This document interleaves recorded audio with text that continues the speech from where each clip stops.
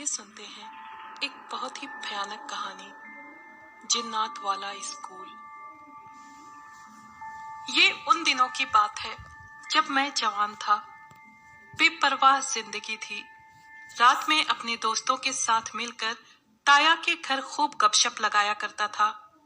हम रात भर बैठकर जिन्नात के बारे में बातें किया करते थे कि जिन्नात होते हैं कि नहीं। कुछ दोस्त अपने साथ हुए किस्से भी सुनाते थे, मगर मैं यकीन नहीं करता था। मैं कहता कि ये सब झूठी कहानियां हैं। एक रात की बात है जब हम सारे दोस्त बैठे बातें कर रहे थे कि हमारा एक दोस्त, जिसका दावा था कि उसको आत्माएं दिखती हैं, मोगरे के फूल का हार लेकर आया और कहने लगा कि ये जो लड़कियों का स्कूल है, इसके साथ बहुत से डरावने किस्से जुड़े हुए हैं। मैंने कहा, मैं इन सब बातों पर यकीन नहीं करता, ये सब बकवास है।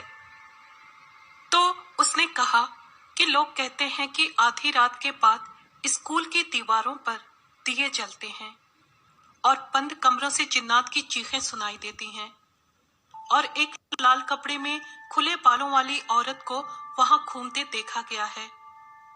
मैंने कहा, मैं इस बात को नहीं मानता। तो उसने कहा कि मैं तुमसे एक शर्त लगाता हूं। मैंने कहा कि क्या? उसने कहा, तुम मोगरे का हार पहनकर स्कूल वाली गली का चक्कर लगा कर आओगे तो मैं तुम्हें 500 रुपए दूंगा। अगर तुम ये नहीं कर सके तो तुम मुझे 500 रुपए दोगे। मैंने कहा कि मैं बार बार कह चुका हूं कि मैं इन फिजूल बातों को नहीं मानता, और अगर तुम्हें 500 रुपए देने का इतना ही शौक है तो लग गई शर्त। मैंने कहा कि कितने बजे जाना होगा। उसने कहा कि तुम्हें रात 2 बजे के बाद जाना है, क्योंकि ये वाकयात रात के 2 बजे के बाद ही होते हैं, ऐसा सुना गया है। मैंने कहा, ठीक है। रात के 2 बज गए थे। आज बिना चांद की अमावस की रात थी। घने बादल छाए हुए थे। हर तरफ गहरा अंधेरा फैला हुआ था। मुझे दिन भर की सुनी हुई जिन्नातों और आत्माओं की सारी कहानियां याद आने लगीं। रास्ते में कहीं भी बल्ब नहीं जल रहा था। इतना अंधेरा था कि अच्छा खासा बहादुर इंसान भी डर जाए। दिल में दुआएं पढ़ते पढ़ते मैं स्कूल वाले मोड़ तक पहुंच गया। स्कूल का दरवाजा बहुत बड़ा था और स्कूल अंधेरे में वाकई मेरे दिल में डर पैदा कर रहा था। मगर मुझे दीवारों पर दिए जलते नहीं दिखाई दिए और ना ही कमरों से जिन्नातों के चीखने की आवाज सुनाई दी। मैंने दिल में सोचा कि मेरे दोस्त भी झूठी बातें करते हैं। चलो अब इस स्कूल के चारों तरफ चक्कर लगाता हूँ। मैं अभी थोड़ा आगे ही गया था कि मुझे लगा कि कोई मेरे पीछे पीछे चल रहा है। मैं पहले तो इसको अपना वहम समझा, मगर आवाज इतनी साफ थी कि मैं इसको झुठला नहीं सकता था। कोई मुझसे बस कुछ कदम ही पीछे चल रहा था। मुझे उसकी सांसों की आवाज भी सुनाई दे रही थी। मैं अब डर गया और कंफर्म करने के लिए चलते चलते रुक गया। पीछे से आने वाली आवाज भी रुक गई। मैंने दोबारा चलना शुरू किया तो वही आवाज, फिर वही आवाज मेरा पीछा करने लगी। ज्यादा डर की बात यह थी कि कदमों की चाप बिल्कुल मेरे चलने के साथ मिलकर चल रही थी। इतनी कि ये काम किसी इंसान का हो ही नहीं सकता था। सबको पता है कि जिन्नात पीछे मुड़कर देखने वालों का क्या हाल करते हैं, इसलिए पीछे मुड़कर देखने का सवाल ही नहीं होता था। डर की एक ठंडी लहर मेरे रीढ़ की हड्डियों से गुजरने लगी। जिस बात का मैं यकीन नहीं करता था, अब वो मेरे सामने दिखाई दे रही थी। यानी कि स्कूल के दीवारों पर अपने आप दिए जलने लगे थे। स्कूल में रोशनी हो गई और कमरों से जिन्नात के चीखने की आवाज आने लगी। उनमें मर्द, औरतें और बच्चे, सबकी मिली जुली आवाजें थीं।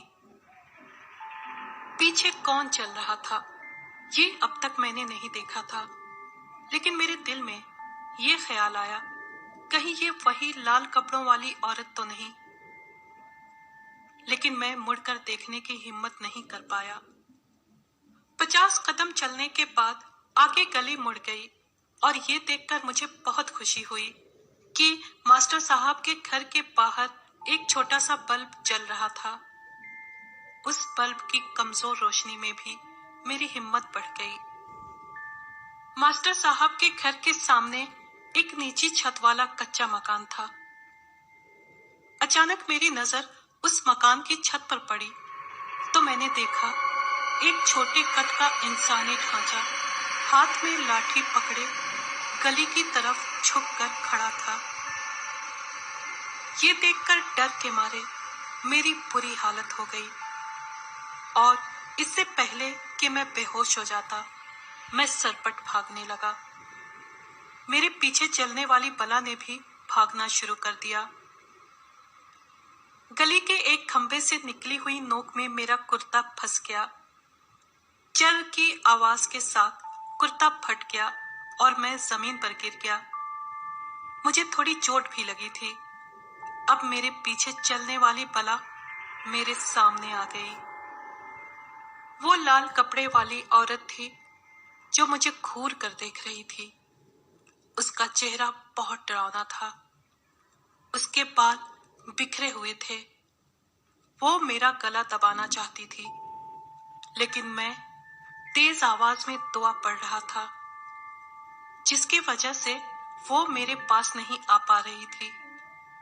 वो मुझे मारना चाहती थी ताकि मेरे गले से मोगरे वाला हार निकाल सके। सबको पता है कि जिन्नात को खुशबू बहुत पसंद है। स्कूल से चीखों की आवाज तेज होने लगी। चीखें इतनी भयानक और तेज थीं कि मुझे अपने कानों के पर्दे फटते हुए महसूस हो रहे थे। मुझे हैरत हो रही थी कि इतनी चीखों के बाद भी कोई मास्टर साहब के घर से क्यों नहीं निकला। फिर ख्याल आया कि शायद स्कूल के बारे में जो बातें मशहूर थीं वो उन्हें भी पता होंगी, और ये बातें वाकई में सच थीं। ये आज मैंने देख लिया था। वो औरत मेरे पास आ रही थी।